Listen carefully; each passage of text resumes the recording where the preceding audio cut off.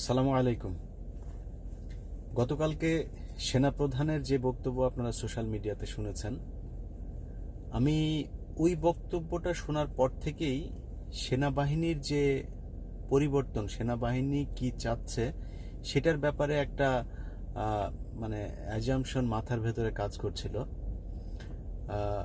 গত এই 15 বছরে যদি আপনি হিসাব করেন, সেই আজিজ থেকে শুরু করে এর আগেও যারা যারা ছিল, সবার বক্তব্য, ইভেন এই এই এখন ওয়াকার যে আছে, তার আগের শফিউদ্দিন, এরাও কিন্তু কথা বলার আগে সরকারকে আমরা স্বাধীনতার পক্ষে আছি, আমরা দেশের স্বাধীনতার জন্য এই করব, তারপরে আমরা সরকারের পরিচালনায় আমরা সব ধরনের সেবা দিতে, শেখ হাসিনার এই ছায়াটা যা আছে এগুলি ধুয়ে দেওয়ার জন্য প্রস্তুত দিব, এই টাইপের কথাবার্তা বলতো। কালকে সে প্রথম বলল যে আমরা জনগণের সাথে, জনগণের প্রয়োজনে আমরা জনগণের পাশে থাকব। তো এটার পরেই আমি বুঝতে পারছিলাম যে আসলে শেখ হাসিনার কোর্টে বলটা এখন আর নাই, এবং সেটাই কিন্তু শেষ পর্যন্ত হলো। আপনি আজকে যদি দুইটা ঘটনা দেখেন, এই দুই ঘটনাতে আপনার যেভাবে সেনাবাহিনী যেভাবে পুলিশের বিরুদ্ধে গিয়ে, পুলিশ এবং ছাত্রলীগ, যুবলীগ, এই সন্ত্রাসীরা যেই পাশে, সে তার অপোজিট সাইডে থেকে তারপরে জনগণের এই দিক থেকে তারা ওই দিকে গুলি ছুটছে। গুলিটা যদি উপরের দিকে করছিল, কিন্তু এই দৃশ্য তো আমরা গত 15 বছরে পাই নাই। অতএব এটা বুঝতে হবে যে সেনাবাহিনী শেখ হাসিনার এই যে অবৈধ শাসনের, মানুষের বিরুদ্ধে গিয়ে জনবিরোধী যে ক্ষোভ, এই ক্ষোভের যে দায়ভার সেটা তারা নিতে চায় না। এ কারণেই আমার বিশ্বাস যে, এবং সেনাবাহিনী যে শুধু ইমোশনালি যে কোন দিকে যাবে, কোন দিকে যাচ্ছে আসলে জনগণ চাচ্ছেন এরকম না, তাদের কাছে গোয়েন্দা রিপোর্টও নিশ্চয়ই আছে। আর তারপরে শেখ হাসিনা যেটা বলেছে, আমি কিছু বলছি না, শেখ হাসিনা যেটা বলেছে আমি সেটাই বলি, এবং তার অনেক মন্ত্রীও এই কথা বলেছে। এই আন্দোলনের পেছনে আমেরিকা তাদেরকে ইন্ধন দিচ্ছে, তা আরও ভালো। আমেরিকা না, ইসরায়েল ইন্ধন দিলেও সমস্যা নেই। দুনিয়ায় আপনার ওই যে রাসূল সাল্লাল্লাহু আলাইহি সাল্লামের মা আমিনা যখন কিনা ছোট ছিলেন, তখন উনি খেলা করতেন, ছোট বাচ্চা, ছোট ওই সময় খেলা করতেন, পাশের থেকে অদৃশ্য কেউ একজন সালাম দিত, তো এটা ফেরেশতারা সালাম দিতেন ওনাকে। উনি তো বুঝতেন না, উনি গিয়ে ওনার বাবার কাছে গিয়ে বলতেন যে আমাকে কে যেন, আমি খেলছিলাম, আমাকে পাশ থেকে শুধু বারবার সালাম দেয়। তখন সে বুঝতে পেরেছিল যে একটা এইরকম কোনো কিছু একটা হবে, খুব পবিত্র কোনো একটা কিছু তার গর্ভে আসবে বা এরকম কিছু একটা। তখন তাকে বলেছিল তুমি এই কথা পৃথিবীর কাউকে বলবা না। যাই হোক, তো এই যে রাসূল সাল্লাল্লাহু আলাইহি সাল্লাম আসবে, সেটার আপনার খবরটা আগে থেকেই ফেরেশতারা আমিনাকে দিয়েছিলেন।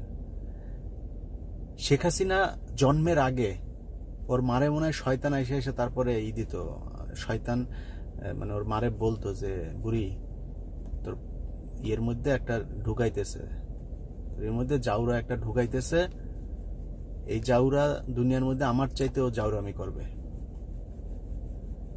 বিশ্বাস করেন, রাগ করে, ক্ষোভ করে, কোনো করে না, ইমোশনাল হয়ে কথা বলছি না, আমার বিশ্বাস দুনিয়ার ভেতরে যদি 100টা জাউরা এই পর্যন্ত, সর্বোচ্চ জাউরা যেগুলি জাহান্নামের একদম সামনে থাকবে না, আমার বিশ্বাস যে 100টার মধ্যে ও একটা পড়বে, ফেরাউন টেরাউন টাইপের, এই টাইপের 100র মধ্যে ও একজন। আমি এর চাইতে জাউরা আর দুনিয়ার মধ্যে দেখি না, এটার চাইতে জাউরা এই মুহূর্তের দুনিয়ার ভেতরে নাই। আপনি কল্পনা করতে পারেন একটা মানুষ কত বড় অসভ্য, কত নরপিশাচ, কত রক্ত চোষা হইলে লাশগুলো নিয়ে কি করলো দেখেন আপনি। কয়দিন ধরা মানুষ মারা গিয়েছে, সেখানে সে ইডেন কলেজে গিয়া, ইডেন কলেজের আহারে ওই মহিলাদের সাথে সে কি অবস্থা, ওরা এসে করছে। কান্নাকাটি করছে, সে ওখানে গিয়ে বলছে আমার আমার ছাত্রলীগের নেত্রীদেরকে হলে থাকতে দিচ্ছে না, বেঁধে রেখেছিল এই সেই। ওরা তো এই ছাত্রীদেরকে আজকে ধরে এই যন্ত্রণা দিচ্ছে না তো, এমনিতেই তো এই এরা পাগল হয় নাই। পাগল হওয়ার তো পিছনে কারণ আছে। বাচ্চাগুলো মারা গিয়েছে সেখানে। এই যে গাজীপুরের জাহাঙ্গীর, এখন যতটুকু শুনছি যে জাহাঙ্গীরকে শেখ হাসিনা নিজে মারতে চেয়েছে, সেইটা করে সে কি নাটক, সে জাহাঙ্গীরকে নাকি বাঁচাতে চেয়েছে এই সেই এগুলি বলে তারপর নাটক করলো। আজকে কিছুক্ষণ আগের তথ্য শুনেন, একজন জানালো যে ডিএমপিকে এই ব্যাপারে দেওয়া হয়েছে যে তারা আওয়ামী লীগের কিছু লোকজনকে মারবে, আরো কিছু এই বিভিন্ন স্থাপনাগুলোতে তারা আগুন টাগুন লাগাবে এবং পুলিশের ব্যাপক ক্ষয়ক্ষতি তারা করবে, মানে জীবনহানির ঘটনা ঘটাবে। ঘটানোর পরে তারপরে সেটা তারা মানে করার চেষ্টা করবে, মানুষের ভেতরে মিডিয়া টিডিয়া দিয়ে একটু শেষ চেষ্টাটা সে করবে। আলোচনার শুরুতে যেটা বলছিলাম, সেনাবাহিনী গতকালকে তার সাথে আপনার সিকিউরিটি ইস্যু নিয়ে বৈঠক ছিল।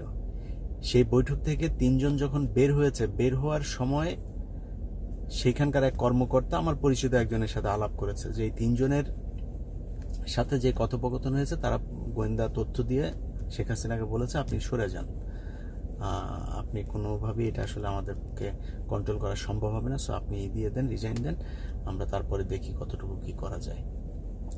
সে মানবে না, না আমি কেন করব, সে নাকি টেবিলের উপরে থাপড়া থাপড়ি করে বিশাল চেতাচেতি করছে।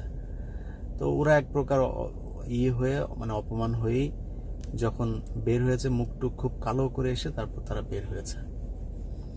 এবং আপনাদেরকে আমি আজকে এই যে ভিডিও দিলাম, আপনাদের বাংলাদেশ সময় রাত কয়টায় হবে আমার এই ভিডিও রেকর্ড করে রাখেন, এটা নোট রাখেন।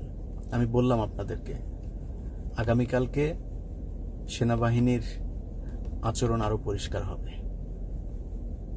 আমি বলে রাখলাম। অতএব যেই পরিস্থিতি আসুক, যেটাই হোক, সেনাবাহিনী মনে করেন আমাদের সাথে থাকবে না, দরকার নাই।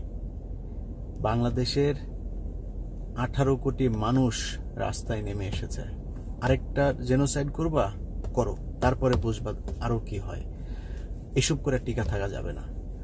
এবং তার আশপাশের আপনি দেখেন, এখন কিন্তু দেখা যাচ্ছে না এখন কয়জন দেশে আছে কয়জন দেশে নাই, সেটাও তো বোঝা যাচ্ছে না।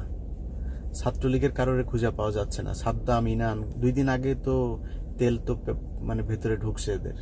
এই যে তেল খাইলা, সেই তেল কোথায় এখন? এত তাড়াতাড়ি পলাইলে হবে? রাস্তায় আসো। এই যে 2 দিন আগে চাপাবাজিটা যে করলা, নাই তো কেউ। বিজয়ের শুভেচ্ছা। আপনাদেরকে অবশ্যই একটা জিনিস আবারও স্মরণ করিয়ে দিতে চাই, যুদ্ধের মাঠে গেলে পুরো প্রস্তুতি নিয়ে তারপর যেতে হবে এবং প্ল্যান এ, বি যা যা প্রয়োজন সেটা করতে হবে। সবাইকে একসাথে থাকতে হবে, ছিন্ন ভিন্ন হওয়া যাবে না। আপনাদেরকে বুঝতে হবে কালকে মাঠে বিজয় না আসা পর্যন্ত আপনাদেরকে থাকতে হবে। বাংলাদেশে ঢাকা শহরে যারা আছেন, কালকে মার্চ টু ঢাকার এই প্রোগ্রামের উপলক্ষে আপনার আশপাশে যদি ছাত্রদেরকে দেখেন, বাড়ির থেকে আপনারা শুকনা খাবার, ভাত, ডাল যে যা পারেন সেটা দেওয়া যাবেন। ওয়াইফাইগুলোর পাসওয়ার্ড আপনারা ওপেন রাখবেন, কারণ ফোনে যেহেতু করা যাচ্ছে না, পাসওয়ার্ডগুলো ওপেন করে দিবেন, তারা প্রয়োজনে ব্যবহার করবে।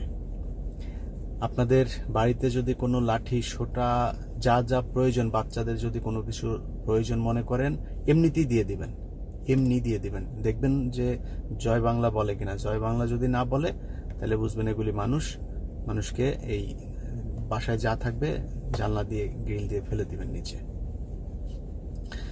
তো যারা জীবন দিয়েছেন আজকে, তাদের পরিবারের প্রতি সহমর্মিতা জানিয়ে শেষ করছি। আপনাদেরকে গানে গানে বলা না, ভুলবো না, আপনাদেরকে আসলে আমরা ভুলবো না ইনশাল্লাহ। আপনাদের সাথে খুব দ্রুতই আমাদের যোগাযোগ হবে। আপনাদের সেই মানুষটাকে তো ফিরিয়ে দেওয়া সম্ভব না। এক সন্তানের জন্য আমরা লক্ষ কোটি সন্তান আপনার কাছে থাকবো, আপনার প্রয়োজনে যা দরকার হয় সবকিছু নিয়ে। আল্লাহ হাফেজ। বিজয়ের অগ্রিম শুভেচ্ছা।